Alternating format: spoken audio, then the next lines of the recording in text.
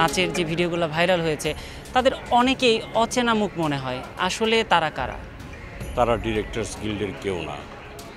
আমার কথা হচ্ছে নাচ গান হতে পারত, একটা আনন্দ হতে পারত, সেটা আমাদের সদস্যদের মধ্যে বা একটা আর ওই এর বাইরে হওয়া যেত না আসলে। সদস্যরা কেউ হয়তো কবিতা বলতো, কেউ হয়তো ডিরেকশনের অভিজ্ঞতার কথা বলতো, বা একটা এন্টারটেইন প্রোগ্রাম হতে পারত। যেহেতু প্রতিষ্ঠাবার্ষিকী, যদিও প্রতিষ্ঠাবার্ষিকীর তারিখ নিয়ে বিতর্ক আছে, আসলে প্রতিষ্ঠাবার্ষিকীটা 9 তারিখ হয়েছে 10 তারিখে। যাই হোক, কিন্তু যেভাবে হয়েছে এটা খুবই আমার কাছে নোংরা মনে হয়েছে। আমি এটা নিন্দা জানাই, ধিক্কার জানাই। আল্লাহ সহায় আমি সেদিন ছিলাম না, তো আমি নিজে এটা সম্পর্কে কিছু বলতে খুবই লজ্জা বোধ করছি।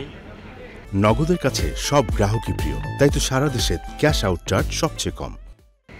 সারা বাংলাদেশে এখন আধুনিক সময়, অনলাইনের সময়, সেই সুবাদে আমাদের যথেষ্ট বদনাম হয়েছে এই ঘটনার প্রেক্ষিতে। এটা আমার মন গড়া কোনো কথা না। এটা মিডিয়ার লোকজন, মিডিয়ার বাইরের লোকজন, বাংলাদেশের যেখানে যাই সেখানেই যারা আমাকে চিনে, পরিচিত মহল বা যাদের সাথে নতুন পরিচয় হয়, সবাই এই ধরনের কথাগুলোই বলে। তখন খুবই লজ্জা লাগে। আর আমি যে ফ্যামিলির ছেলে, আমি নিজেকে যেভাবে তৈরি করেছি, নিজেকে যেভাবে একটা সাধনার মধ্যে আমি ছোট থেকেই নিজেকে এখন পর্যন্ত রেখেছি, আশা করি মৃত্যুর আগ মুহূর্ত পর্যন্ত যতক্ষণ আমার জ্ঞান থাকবে, সুস্থ থাকব, আমি নিজেকে সেই সাধনার মধ্যেই রাখব। আমি তো জানি অনন্ত হীরা রবীন্দ্রনাথ নিয়ে খুব কথা বলে, প্রাঙ্গণে মোড়ে রবীন্দ্রনাথের নাটক করে, রবীন্দ্রনাথের গান শোনে।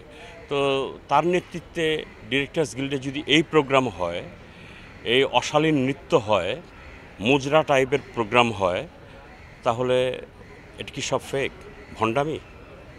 আমি কি রবীন্দ্রনাথের কথা বলছি, অনন্ত হীরা রবীন্দ্রনাথের কথা বলছে, ভণ্ডামি করছে? আপনি আসলে সেদিন কেন সেই অনুষ্ঠানে গেলেন না? এটা যায়নি, এটা অনেক বড় আলাপ, অনেক বড় কথা। যে আপনারা জানেন ওইখানে 2 ভাগে বিভক্ত। ওইখানে সৈয়দ আওলাদের নেতৃত্বে একটা পক্ষ 17 জন মিলে অনাস্থা দেয়।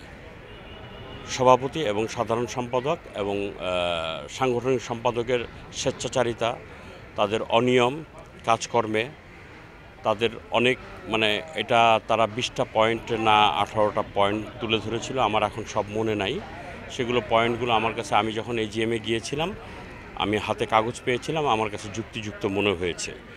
সেইখানে তাদেরও আসবার কথা ছিল, প্রেসিডেন্ট, সেক্রেটারি, সাংগঠনিক, ওনারা যে কয়েকজন আছেন আসবার কথা ছিল। তাদেরও যুক্তি খণ্ডানোর কথা ছিল যে এরা ভুল বলছে না শুদ্ধ বলছে, ওরা ভুল বলছে না শুদ্ধ বলছে, আমরা সাধারণ সদস্যরা সেটা বুঝতে পারতাম। কিন্তু তারা আসেন নাই। তার মানে তারা আসেন নাই মানে তারা কি দুর্বল? নগদের কাছে সব গ্রাহকই প্রিয়, তাই তো সারা দেশে ক্যাশ আউট চার্জ সবচেয়ে কম। আর সৈয়দ আওলাদ যে গেমটা খেলেছে, সৈয়দ আওলাদকে আমি স্টেট লোকজনের সামনে বলেছি, আপনি কুমির হতে গেলেন কেন? জলেও বাস করবেন, ডাঙাতেও বাস করবেন।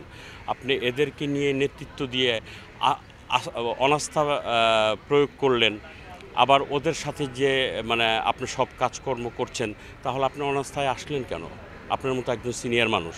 তখন সে বলে আমাকে সবার সামনেই, আস্থা আনার জন্য অনাস্থা দিয়েছি। আমি এই ধরনের শব্দ আমি জীবনে কখনো শুনি নাই, যে আস্থা আনার জন্য অনাস্থা দেয়।